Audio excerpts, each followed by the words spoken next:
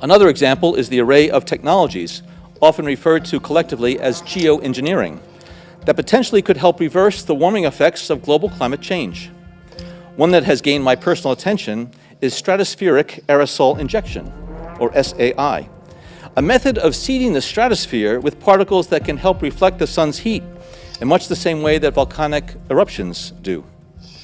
An SAI program could limit global temperature increases, reducing some risks associated with higher temperatures and providing the world economy additional time to transition from fossil fuels. This process is also relatively inexpensive. The National Research Council estimates that a fully deployed SAI program would cost about $10 billion yearly. As promising as it may be, moving forward on SAI would also raise a number of challenges for our government and for the international community.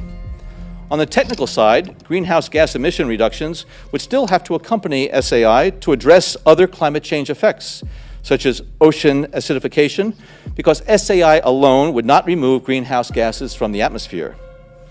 On the geopolitical side, the technology's potential to alter weather patterns and benefit certain regions of the world at the expense of other regions could trigger sharp opposition by some nations. Others might seize on SAI's benefits and back away from their commitment to carbon dioxide reductions. And as with other breakthrough technologies, global norms and standards are lacking to guide the deployment and implementation of SAI and other geoengineering initiatives. Quale sarebbe lo scopo del controllo climatico? Alcuni parlano di un metodo efficace per contrastare il riscaldamento globale riducendo alcuni rischi associati a temperature più elevate, perché seminare la stratosfera con particelle che possono aiutare a riflettere il calore del Sole impedirebbe il riscaldamento del pianeta, e anche qui non abbiamo minimamente idea delle conseguenze sulla salute degli esseri umani, per non parlare del fatto che questo metodo non elimina il CO2 dall'atmosfera. E altri, come ha fatto l'ex capo della CIA John Brennan, parlano di preoccupazioni geopolitiche perché il potenziale di alterare i modelli meteorologici potrebbe avvantaggiare alcune regioni del mondo a scapito di altre, e a quel punto la nazione che controlla il clima controlla anche la produzione alimentare del mondo intero, se ci pensate, no? Come migliaia di altri fattori. Ecco, da quel poco che ho capito nella vita, giocare a fare Dio, scherzare con madre natura non è mai una buona idea. Ma signori, qual è il punto? Il punto di questo video è raccontarvi la geoingegneria a prove alla mano, riuscendo a sdoganare l'argomento. Chi ignorantemente legge il titolo potrebbe pensare che si tratta di una fesseria, non è così? Andiamo, controllano il clima? In molti tendono a bollare questo argomento come un argomento correlato alle teorie del complotto, e invece ti assicuro che se avrai l'onestà intellettuale di seguire questo video fino alla fine, cambierai idea. Infatti, proprio per questo ho deciso di farti ascoltare a inizio video le parole del direttore della CIA che, a parer mio, rilascia dichiarazioni devastanti mai riportate prima in Italia in merito a questo argomento. Ebbene, questo è un argomento coperto dal segreto militare, un argomento che, per tutta una serie di motivi, fra i quali ci sono le preoccupazioni geopolitiche o la mancanza di norme e standard globali per l'implementazione di norme adeguate, questo è un tema che è coperto dalla segretezza militare dall'inizio della Prima Guerra Mondiale. Avete capito bene, Prima Guerra Mondiale. La geoingegneria ufficialmente cerca di combattere il cambiamento climatico cercando di aumentare la riflettività della Terra con nuvole artificiali o persino con l'utilizzo di determinate particelle per ridurre il calore del Sole, ma in realtà nel corso degli anni è stata usata dalle forze di intelligence anche come arma. E quale arma più immensa, se ci pensate, no? Ecco, in realtà il concetto di clima come arma, cari signori, non è una novità. Cercano di farti passare l'argomento come una baggianata, ma la verità è che le prime operazioni militari di geoingegneria risalgono a circa un secolo fa. Alcuni documenti del governo britannico infatti hanno mostrato che 99 anni fa uno dei 6 progetti presso la stazione militare sperimentale di Orford Ness nel Suffolk ha cercato di produrre nuvole artificiali che, si sperava, avrebbero ingannato le macchine volanti tedesche durante la Prima Guerra Mondiale. Da questi primi test nacque quella che viene chiamata inseminazione delle nuvole. Potrà sembrarvi incredibile e invece esistono documenti ufficiali di intelligence che testimoniano quello che sto dicendo. Il cloud seeding è un tipo di modifica meteorologica che mira a modificare la quantità o il tipo di precipitazione che cade dalle nuvole disperdendo sostanze nell'aria che fungono da condensazione delle nuvole o nuclei di ghiaccio che alterano i processi microfisici all'interno della nuvola stessa. Sanno come farlo, ma non è che lo sanno da ieri, lo fanno e lo fanno da quasi 100 anni. Il cloud seeding si può fare in 3 principali modi, con l'utilizzo di determinate particelle come lo ioduro d'argento, che come detto prima altera i processi microfisici all'interno della nuvola, con forti cariche elettriche o con impulsi laser a infrarossi. Dal 2021 gli Emirati Arabi Uniti utilizzano una nuova tecnologia con dei droni dotati di un carico utile, di strumenti di emissione di carica elettrica e sensori personalizzati che volano a bassa quota e forniscono una carica elettrica alle molecole d'aria. È stato accertato che questo metodo ha innescato dei temporali. Un meccanismo analogo elettrico è stato testato nel 2010 usando impulsi laser a infrarossi, sono stati diretti nell'aria sopra Berlino da ricercatori dell'Università di Ginevra. È stato fatto. In quel caso ipotizzarono che gli impulsi avrebbero incoraggiato l'anidride solforosa atmosferica e il biossido di azoto a formare particelle che avrebbero poi agito come semi. Signori, sanno come farlo. Ci sono generatori di ioduro d'argento sparsi per tutti gli Stati Uniti. Sveglia! E ultimamente sono stati rilasciati al pubblico anche i documenti ufficiali relativi ai progetti governativi di modifica degli uragani. Sto parlando del progetto Storm Fury, un tentativo di indebolire i cicloni tropicali facendovi volare degli aerei e seminando ioduro d'argento. Voglio dire, poche chiacchiere, ok? Documenti ufficiali che parlano molto chiaramente, sanno come farlo e i tentativi sono stati davvero tantissimi. Ma cosa dire dell'HARP? Facciamo un piccolo excursus anche in questo campo. HARP, che sta per High Frequency Active Auroral Research Program, è stato avviato come programma di ricerca ionosferica finanziato congiuntamente dall'Aeronautica americana, dalla Marina americana, dall'Università dell'Alaska e dal DARPA, signori, dall'agenzia di intelligence che sviluppa tecnologie avanzate per il governo americano, dalla famosissima Defense Advanced Research Project Agency del governo americano. Ebbene, so che volete che ne parlo, mi viene richiesto da anni di parlare di questo. La struttura è stata progettata e costruita da un'azienda di tecnologie avanzate con lo scopo originale di analizzare la ionosfera e studiare il potenziale per lo sviluppo di una tecnologia di miglioramento della ionosfera per le comunicazioni radio e la sorveglianza militare. Un sistema che studiasse la ionosfera per riuscire a propagare quante più onde che facilitassero comunicazioni radio e sorveglianza militare. Questo sistema nel corso degli anni è stato accusato pesantemente di essere l'autore di numerosi sconvolgimenti climatici. Sono 20 anni che questo luogo è al centro delle più svariate teorie cospirative. Adesso nelle mani dell'Università dell'Alaska, perché una volta bruciata come installazione prettamente ad uso militare strategico, hanno addolcito la pillola cercando di farlo passare come progetto universitario, ma per circa 20 anni ha funzionato a pieno regime. L'HARP è in grado di inviare onde radio nell'atmosfera.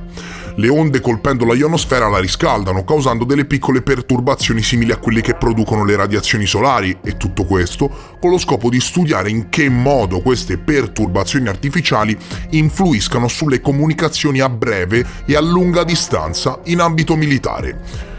E se questa struttura è stata spesso associata al controllo climatico, non è un caso, lo è perché l'HARP tempesta la ionosfera con onde radio e altre al fine di creare perturbazioni, al fine di simulare e studiare come queste perturbazioni influiscano sulle comunicazioni militari a breve e a lunga distanza.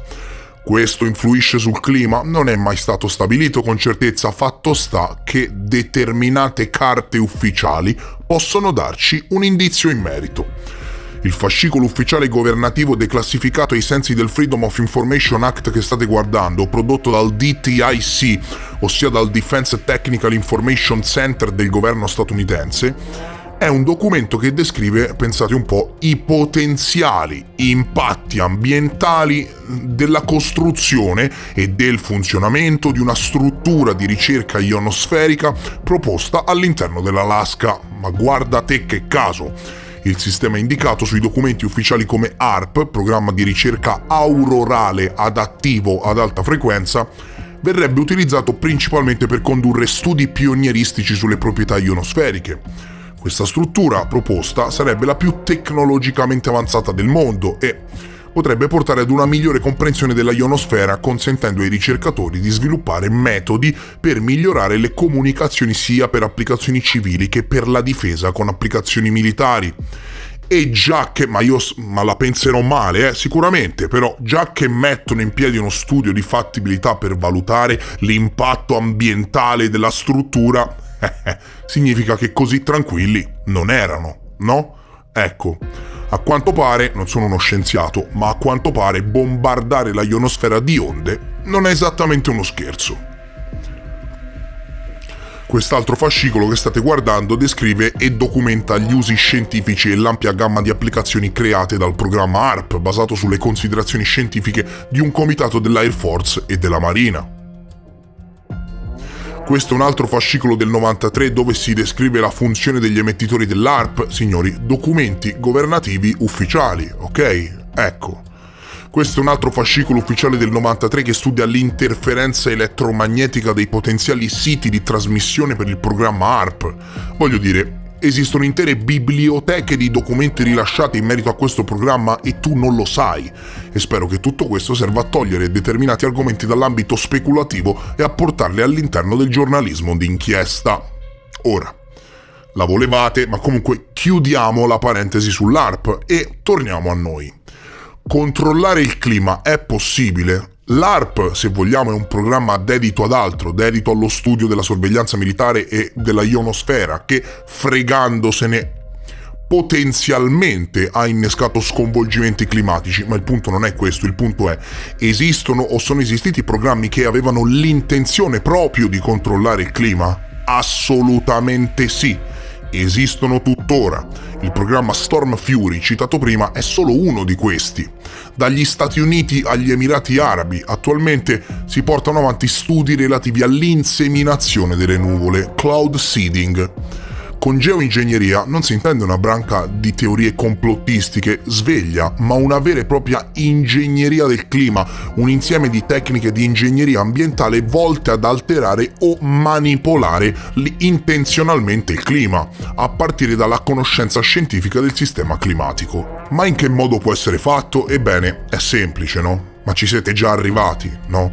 Le sostanze possono essere disperse da aerei, rilasciate da dispositivi a terra o veicolate tramite uso di razzi o cannoni antiaerei. In base alla tecnica impiegata, queste possono essere iniettate direttamente nelle nuvole, lasciate cadere al di sopra di esse oppure disperse al di sotto delle nuvole affinché siano poi trasportate al loro interno dalle correnti ascensionali. Ora, qual è il fatto? Il fatto è che siccome, come diceva il direttore della CIA, non io, attenzione, aprite bene le orecchie, come diceva il direttore della CIA, non esistono standard globali per guidare l'implementazione o le norme delle tecniche di geoingegneria, perché ufficialmente o non esistono o sono appena note alla comunità mondiale, nessuno ha mai realizzato studi medici sulle ripercussioni che determinate tecniche producono sulla salute umana, ok?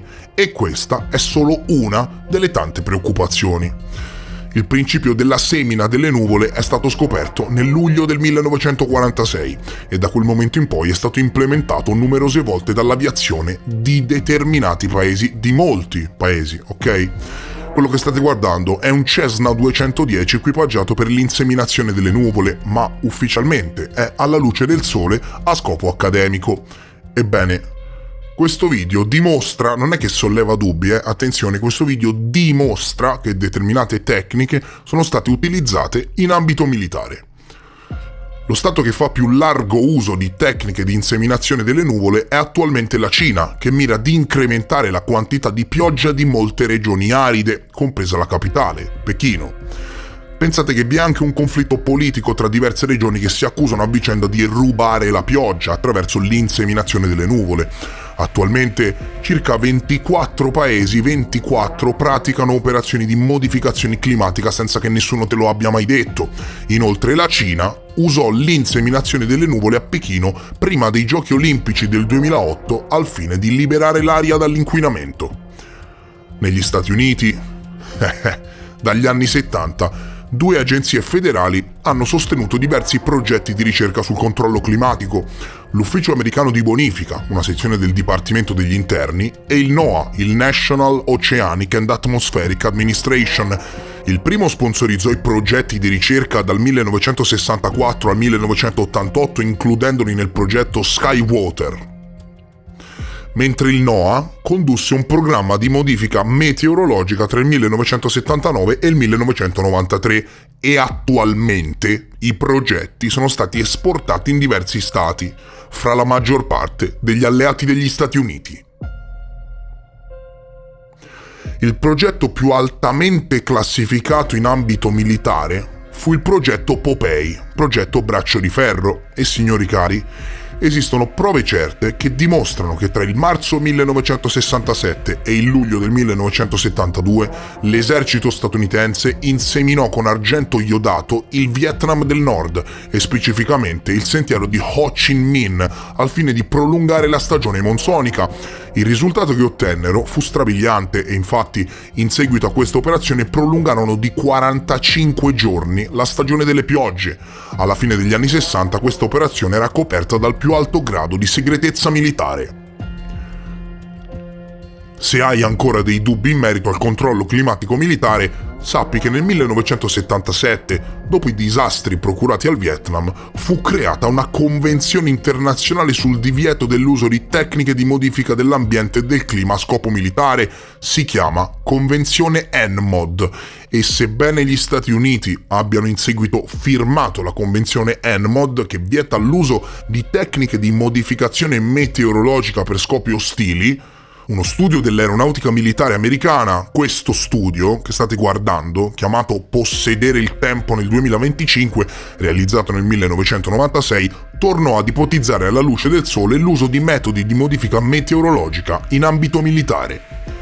Più recentemente pensate che è stato presentato fra il 2002 e il 2006 un progetto di ricerca da parte di 6 stati dell'ovest degli Stati Uniti denominato Weather Damage Modification Program, letteralmente programma di modificazione del danno meteorologico. Nel gennaio del 2006 pensate che sono stati stanziati 8 milioni di dollari per programmi di inseminazione delle nuvole in Wyoming per testarne la tecnica. Attualmente gli stati che studiano e attuano il controllo climatico sono Cina, Stati Uniti, Marocco, Australia, Francia, Grecia, Israele, Russia, India, vari paesi del sud-est asiatico e l'Italia.